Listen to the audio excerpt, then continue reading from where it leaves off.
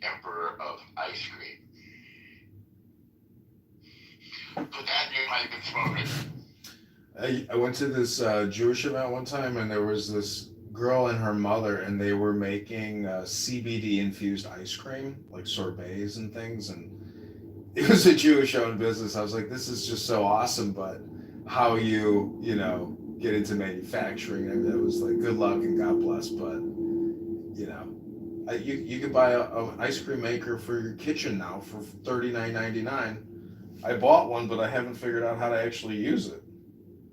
I haven't spent the time to sit there and even try to make ice cream yet, but I did buy an ice cream maker because it can't be that complicated. Well, it's great that you bought it, and I support your aspirations. Are you on music mode? So I will tell you that there's a way to make ice cream I once found in the New York Times in plastic bags. You get a few Ziploc bags, and the main thing that the ice cream makers do is, one, to keep it cold, and two, they swirl it around. And you can swirl it in your fingers, and you can make delicious ice cream by hand with a couple of Ziploc bags. You need rock salt and different kinds of sugar, and maybe a little bit of vanilla flavoring, which you probably have in your cabinet, and some heavy cream. And it comes out really delicious, and you can eat it while watching television. That's what I did with my kid. We threw the bag back and forth a bunch of times, like a lot of times. Then it came out ice cream, and we ate it. Wow, that's Fun. I remember what we watched too. We watched Stranger Things when it was new. I was going to ask you, and I was just in this other room making fun of Pepe and roasting him. I have two theories of Clubhouse. One is that technically this is a roast app. You either roast yourself or you roast others, or as a group you roast individuals. And then two, it's low IQ dumb people talking about nothing, wasting time. But my question to you is, I think there's like a three-letter word conspiracy, meaning that law, God, those are synonymous words. And in a judicial proceeding or the outcome of a judicial event, you see essentially an all or nothing statement. So for the J word haters who use J word every second sentence because they have J word Tourette's, Jewish Tourette's. That's what I'm called. That's what I last night. Jewish derangement syndrome. It's Jewish derangement syndrome, and it's Jewish Tourette's. It's every second sentence is the Jews, and so I just like yesterday I started laughing. I was like, maybe they have Jewish J word Tourette's, and I'm like, these people are crazy, and like it's been going on for years. I've been listening to these people on this app just talk about J word all the time, and to me it's like a sickness, and it's really psychiatric or psychological, meaning that they're not fully integrated or they haven't fully self-actualized because it's an expansive language. And it literally, if every second sentence is J word and that's what you're thinking, like you've got probably depression or anxiety. I mean, it's got to be based biologically as well, not just, intellectually, because I mean, it's like talking about the word gay all the time or the sun all the time. I mean, just pick a three-letter word and you're like, why do you keep talking about that three-letter word all the time? So I mean, maybe what I'm saying I think is funny, but also points out just how deranged people are, and that they think that this is like a productive usage of their time or a productive usage of the language itself. There's no real reflection in what they're doing. So I do feel like being their foil or antithesis could be helpful for them, but I hate screaming and getting angry because it disrupts my equilibrium. So, but nonetheless, I do enjoy, trying to scream at people. Intellectually, of course.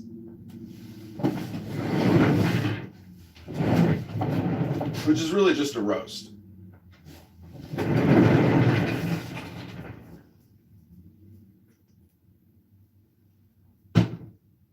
My kid just texted me how he fixed up his college room, and I'm just really happy and proud of him. I'm listening to you as well.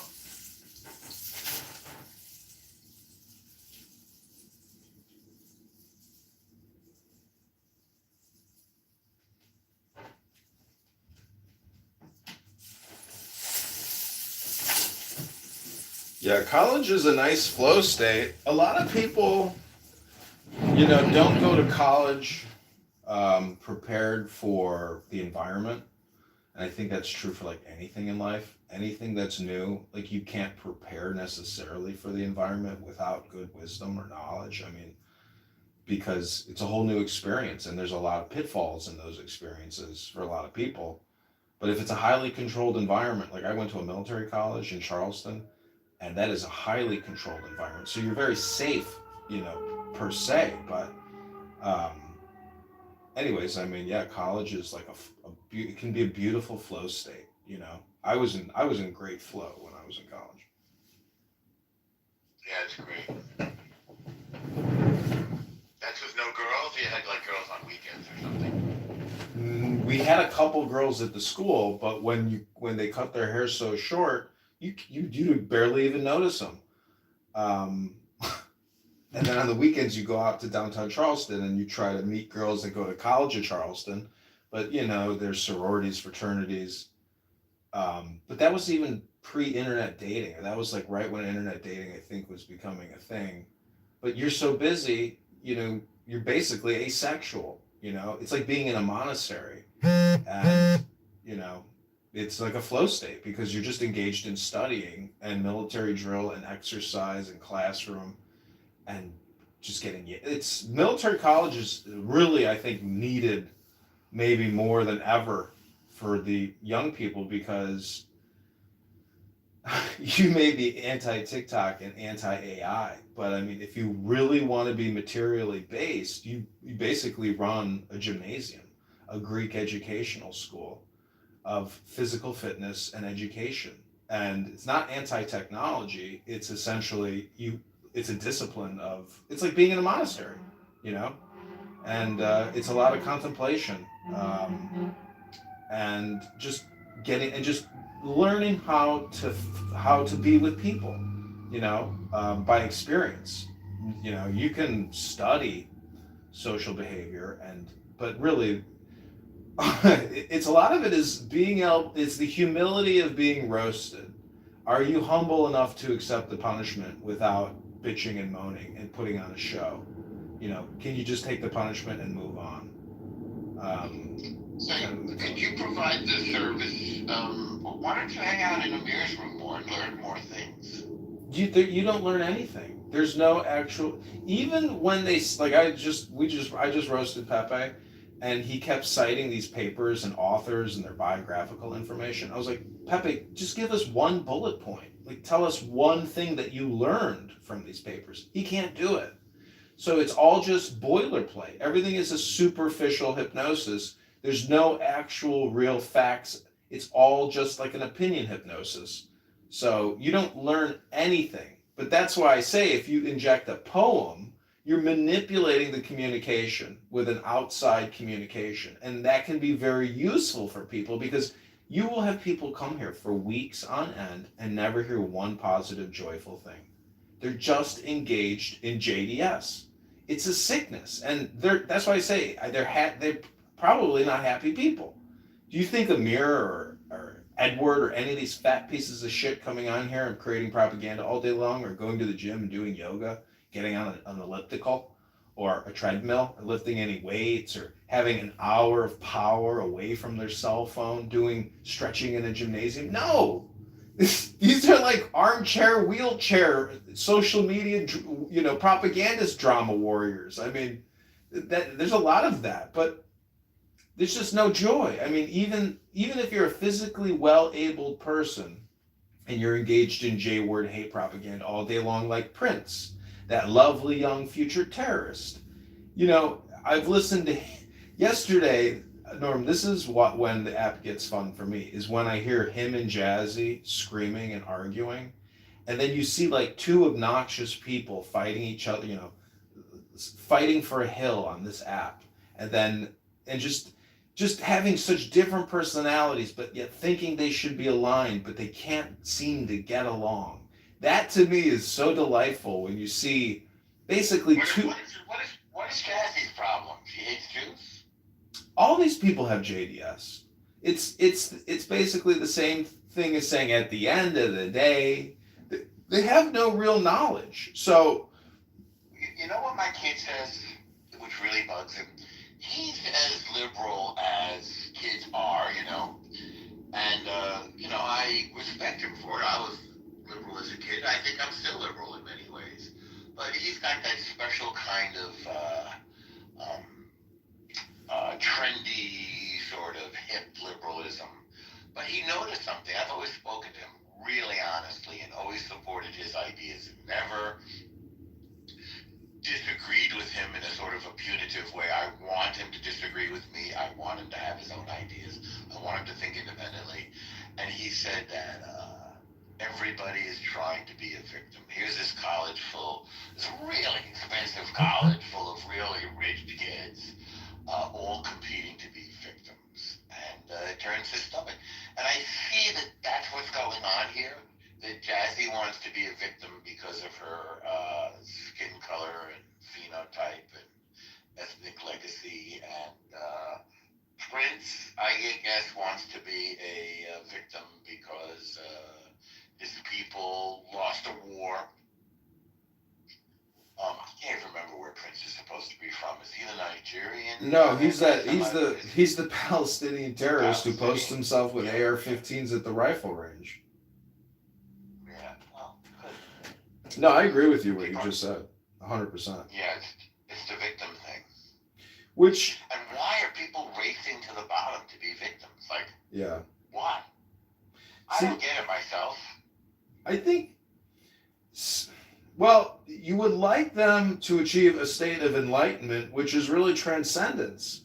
That's why I say that there's a 3-letter word, That's conspiracy. Asking a lot. I'd like them to put one foot in front of the other and walk down the street and say one true thing.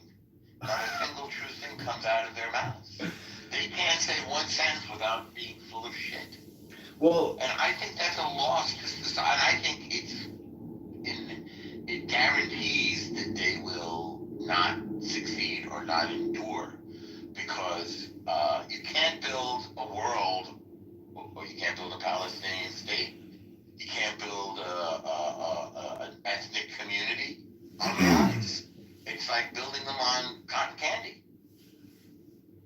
Well, there's olives in the rain. I think by filming myself having these conversations, I hope and I pray that some of the people who are the worst transgressors of the law, which is really a transgression of self, that if they watch themselves be playing the fool and the idiot, they will understand that not only are they hypocrites, but they're essentially engaged in dishonest communication. And then if they can, maybe they can gradually improve. I don't believe that many will improve, but nonetheless, that's why I go back to saying this technically is a roast. This whole app is like a roast app. It's a roast of self.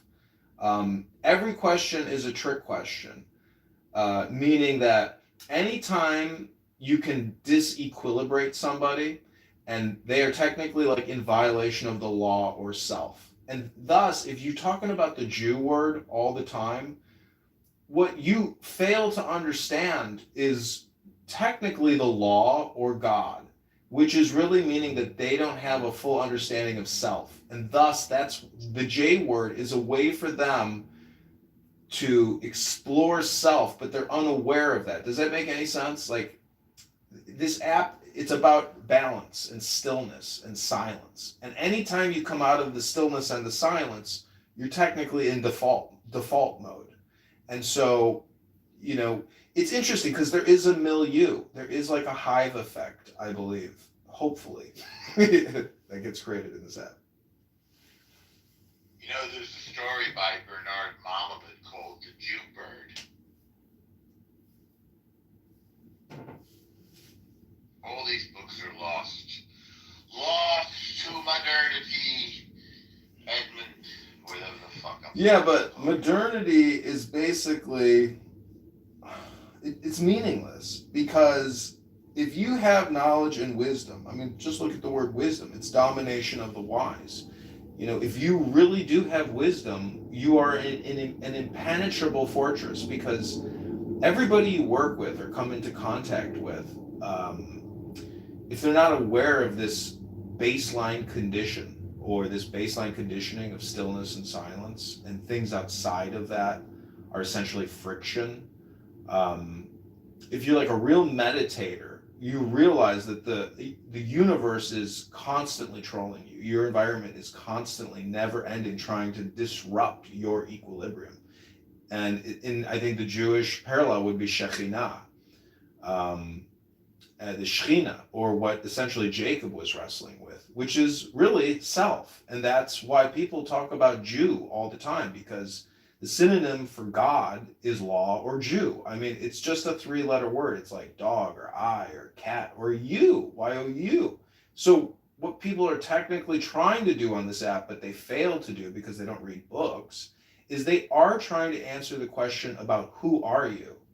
Who is another one. So I don't know, that's my reading into the wisdom, and I guess human behavioral science or psychological, predisposition or conditioning of people on this app to try to, in many ways, like get off of the app and make it a useful tool, because all these conversations truly are just low IQ, low vibration hypnosis from these people. So why subject yourself?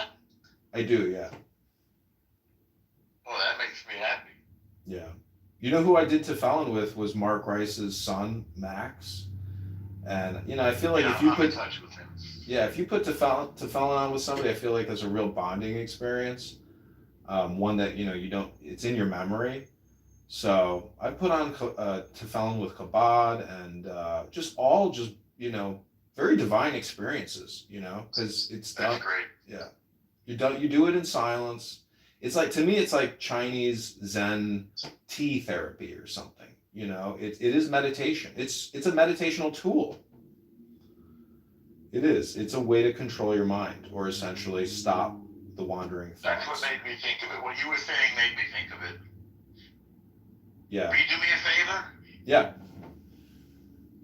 Will you consider, the favor is just considering reading this poem. It's only a couple paragraphs, and then reading, it's one of the most famous poems of the 20th century. It's an important modernist poem, The Emperor of Ice Cream. It's an important poem. And there's a exegesis also available if you just click on it. In fact, there's Poetry Foundation. Let me see, I think I can pin the exegesis. No, that's your YouTube thing. All right, I'm going to go. I'm going to take your advice. I'm going to put on tefillin and get ready for Shabbos. Okay, sounds good. Emperor of Ice Cream. I'll look it up right now. Talk to you soon. The Emperor of Ice Cream by Wallace Stevens. It's worth it. Okay. I mean, if you dig modernist poetry. I mean, I don't know if I do, but if you say it's... Well, this could open the window to it. Emperor of Ice Cream by Maybe who? you'll read more Wallace Stevens. Okay. You just read it, right? Yeah. You just read it, yeah. Read some of his other stuff. Because it's elliptical. In other words, it's like Torah. The meaning is not available on the surface. You have to dig in. I get it. I'm reading it right now. It's good. Why are you laughing? Because it says the only emperor is the emperor of ice cream, and if you know what ice cream is, being such a delicious and creamy, velvety, smooth thing, ice cream is... This poem is very you. This poem is very you to me. It's like, look at how we glorify the superficial, and look what's under the surface, and look at the angst, and look at, as Harold Bloom, the great literary critic, would say, look at the melancholy in the tropes. All right, I'm going to go. You can pick that up next time. The melancholy in the tropes. Talk to you later. Okay, take care, bye. Thank you for the mod badge. Okay, take care, bye. Okay, I'm going to end this anti-semantic drama. Rena, Jason, Remy, California, AL. God bless you all. Have a great day. Take care, bye.